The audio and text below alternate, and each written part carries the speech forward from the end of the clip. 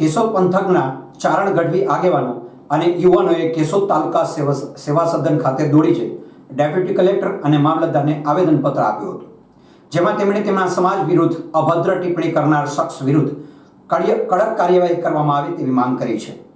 સમયાંતરે સોશિયલ મીડિયાના માધ્યમથી અજ્ઞાની અને ઇતિહાસ ન જાણનારા વિઘ્ન સંતોષીઓ દ્વારા જુદા જુદા સમાજને ટાર્ગેટ કરી તેમના વિરુદ્ધ ટિપ્પણીઓ કરવામાં આવતી હોવાના કિસ્સાઓ બહાર આવી રહ્યા છે।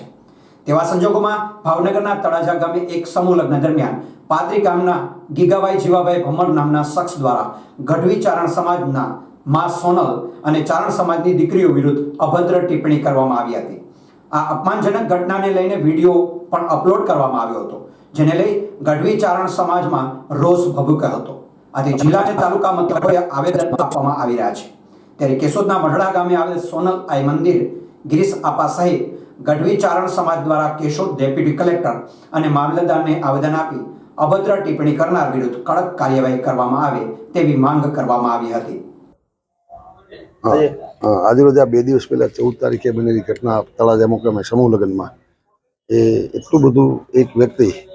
કે સમાજને ઘસાતું એટલું બોલ્યા અને એટલું નહીં,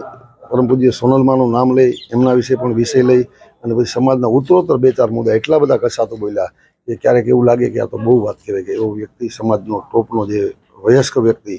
અને જો આવું બોલે એટલે બહુ સમાજને સહન ન થઈ બોલ્યા છે। આ કોઈ સમાજ નહીં પણ સમાજમાં એવા તત્વો હોય એનું કામ હોય, ખરેખર તમામ સમાજો આ વાતમાં સાથે છે અને એટલા બધા ઘેરા સમાજમાં પડઘા પીડા છે। ચારણોમાં તો ખરા જ, અન્ય સમાજમાં અત્યારે શબ્દ થઈ ગયો કે આવું બોલી જ કેમ હગાય। એટલે આજનો જ અમે બધા મઢડા કણેરી કેશોદના તમામ ચારણ સમાજ આજુબાજુના ગ્રામ્ય લેવલના બધા મળી અને આવેદન અહીં આપીએ છીએ મામલતદાર સાહેબને અને કલેક્ટર ડેપ્યુટી કલેક્ટર સાહેબને, તેમજ પોલીસ ખાતાને। ફરિયાદના સોર્સિસો પણ આપણે જોઈ રહ્યા છીએ કે કઈ રીતે થઈ ગઈ, અહીં થાય કે તળાજા જ્યાં થતું હોય, અમે તો બસ માત્ર અમારી એટલી માગણી છે કોઈ પણ ભોગે એમને સજા થવી જોઈએ અને યોગ્ય પગલાં તાત્કાલિક ધોરણે ન લેવાય તો નજીકના સમયમાં 18 વર્ણના ભેગા થઈ અને આનો અમે જવાબ માગીશું એવું અમે ઈચ્છીએ છીએ।